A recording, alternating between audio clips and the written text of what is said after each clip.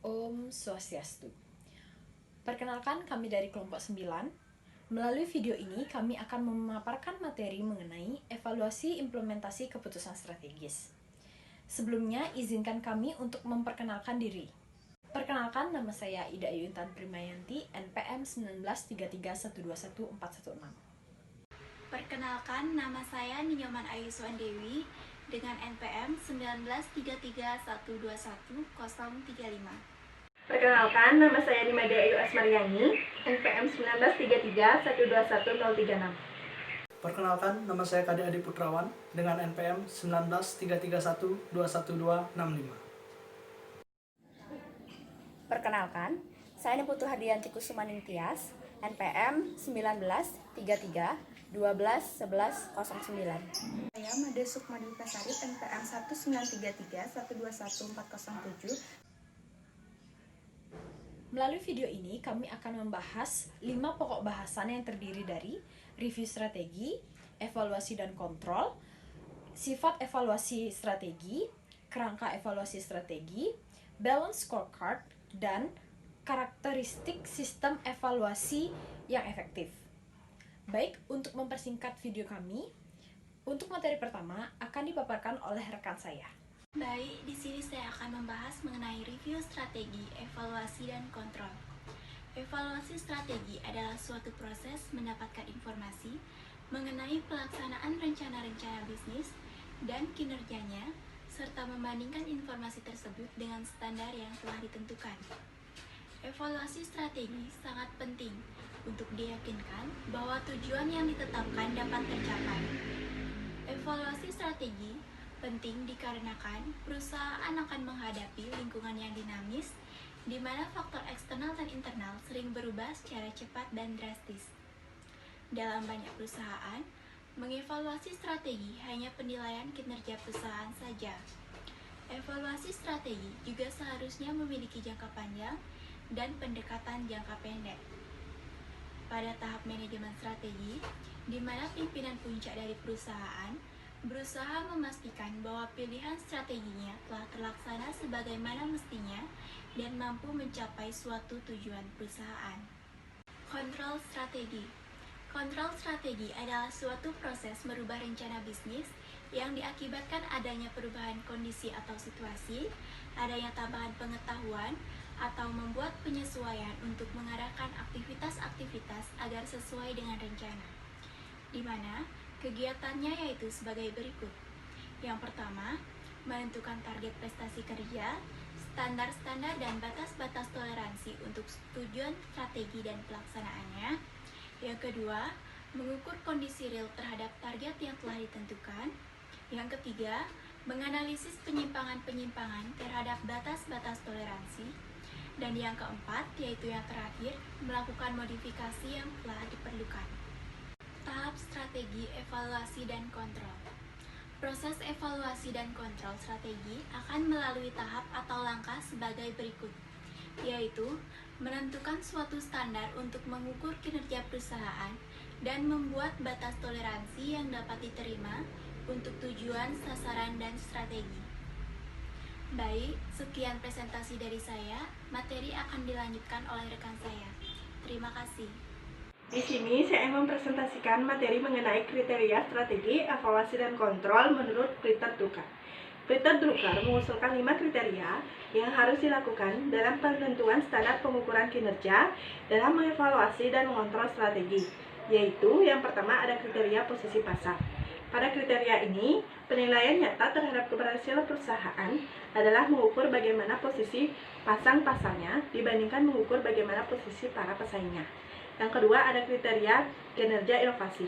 Pada kriteria ini merupakan divisi dari riset dan pengembangan mengenai bagaimana urutan pengeluaran dari riset dan pengembangan sebagai persentase penjualan di dalam dunia industri.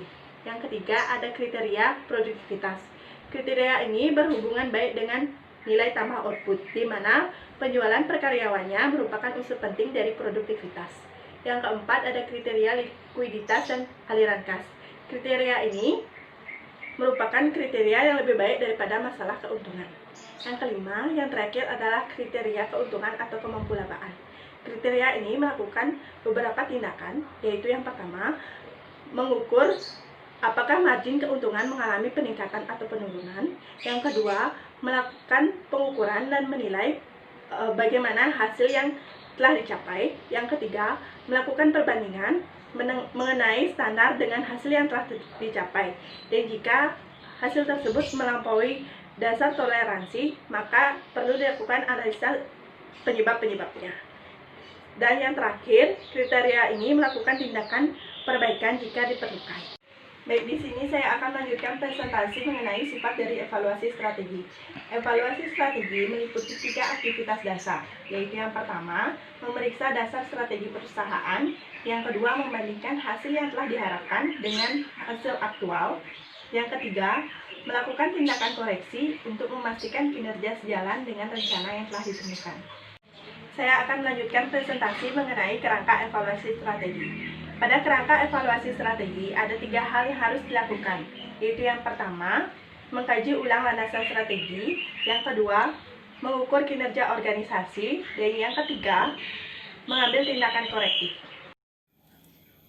Kerangka evaluasi strategi yang pertama, yakni mengkaji ulang landasan strategi. Mengkaji prinsip dasar strategi organisasi dapat dilakukan dengan cara yang pertama, membuat revisi matriks evaluasi faktor internal atau IV yang meliputi kekuatan dan kelemahan. Kemudian, yang kedua, membandingkan matriks IV revisi dengan yang sudah ada. Yang ketiga, membuat revisi matriks evaluasi faktor eksternal atau EV yang meliputi peluang dan ancaman. Dan yang terakhir, membandingkan matriks EV revisi dengan yang sudah ada.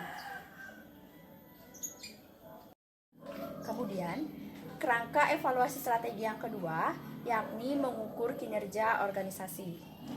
Tujuan mengukur kinerja organisasi adalah yang pertama, membandingkan antara hasil yang diharapkan dengan hasil sesungguhnya.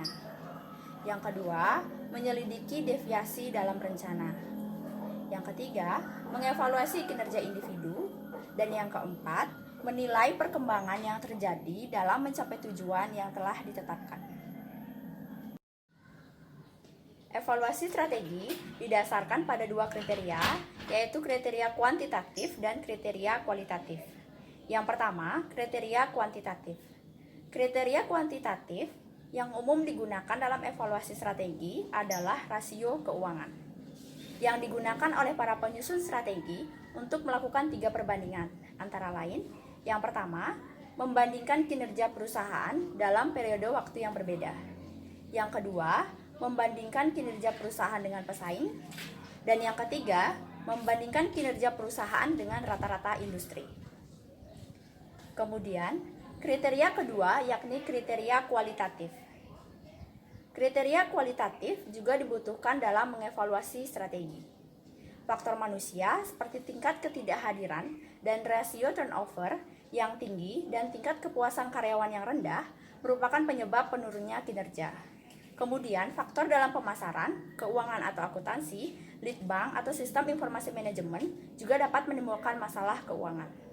Baik, di sini saya akan menjelaskan tentang mengambil tindakan korektif, yang artinya melakukan perubahan untuk memposisikan suatu perusahaan ke arah yang lebih kompetitif bagi masa depan, yang dilakukan dengan cara merubah struktur organisasi, merevisi tujuan, mengganti 1 atau 2 individu yang penting, menambah tenaga penjual, merevisi misi perusahaan, membuat insentif kinerja yang baru, mengeluarkan saham untuk mendapatkan modal, dan membuat kebijakan yang baru. Selanjutnya yaitu balance scorecard, yang dimana membahas tentang pengertian dari balance scorecard, fungsi dari balance scorecard, tujuan dari balance scorecard, dan yang terakhir adalah perspektif. Balance scorecard adalah metode pengukuran hasil kerja yang digunakan perusahaan atau biasa disebut dengan strategi manajemen. Tujuan keseluruhan dan balance scorecard adalah menyeimbangkan sasaran pemegang saham dengan sasaran pelanggan dan operasional. Contoh, pelanggan ingin harga rendah dan layanan tinggi. yang berkonflik dengan keinginan pemegang saham untuk pengembalian tinggi atas investasi mereka. Di sini saya akan menjelaskan fungsi dari balance scorecard. Yang pertama, sebagai alat ukur perusahaan, apakah visi dan misi yang dianut telah tercapai. Kedua, sebagai alat ukur keunggulan kompetitif yang dimiliki perusahaan. Ketiga, sebagai panduan strategis untuk menjalankan bisnis. Keempat, alat analisis efektivitas strategis yang telah digunakan. Kelima, memberikan gambaran kepada perusahaan terkait SWOT yang dimiliki. Dan yang terakhir, sebagai alat key performance, indikator perusahaan, dan feedback terhadap shareholder perusahaan. Baik, di sini saya akan menjelaskan mengenai 4 perspektif yang berkaitan dengan balance scorecard. Perspektif yang pertama mengenai kinerja keuangan. Nah, di sini perspektif ini menunjukkan apakah perencanaan, implementasi, dan pelaksanaan serta strategi memberikan perbaikan mendasar. Perbaikan ini dapat berupa gross operating income, return on investment, atau economic value added. Nah, perspektif ini dapat dilakukan dengan analisis rasio keuangan. Nah, untuk perspektif yang kedua yaitu mengenai pengetahuan pelanggan. Nah, dalam perspektif ini pertama kali perusahaan menetapkan segmen pasarnya dan target pelanggannya. Selanjutnya, perusahaan menetapkan alat evaluasi terbaik untuk mengukur kinerja dari setiap unit operasi yang bertujuan untuk mencapai target finansial.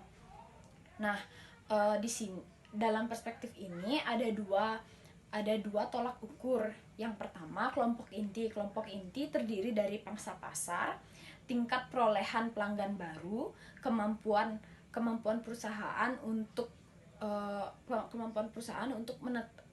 menjaga pelanggan lamanya, serta tingkat kepuasan dan profitabilitas dari pelanggan. Nah, yang kedua ada kelompok penunjang. Nah, kelompok penunjang ini terdiri dari 3. Yang pertama, atribut-atribut produk. Atribut-atribut produk ini terdiri dari harga, mutu, dan fungsi. Nah, yang selanjutnya ada hubungan dengan pelanggan. Selanjutnya ada citra dan reputasi. Perspektif yang ketiga yaitu perspektif proses bisnis internal.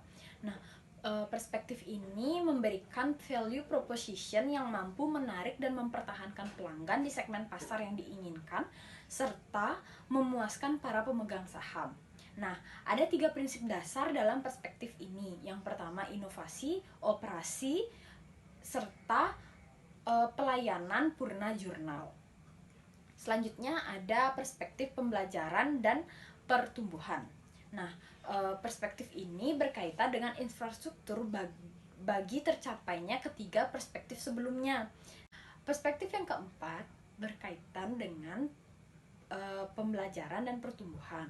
Perspektif ini menyediakan infrastruktur bagi tercapainya ketiga perspektif sebelumnya, serta menghasilkan perbaikan atau pertumbuhan jangka panjang. Nah, baik, kita lanjut ke pokok bahasan terakhir mengenai karakteristik sistem evaluasi yang efektif.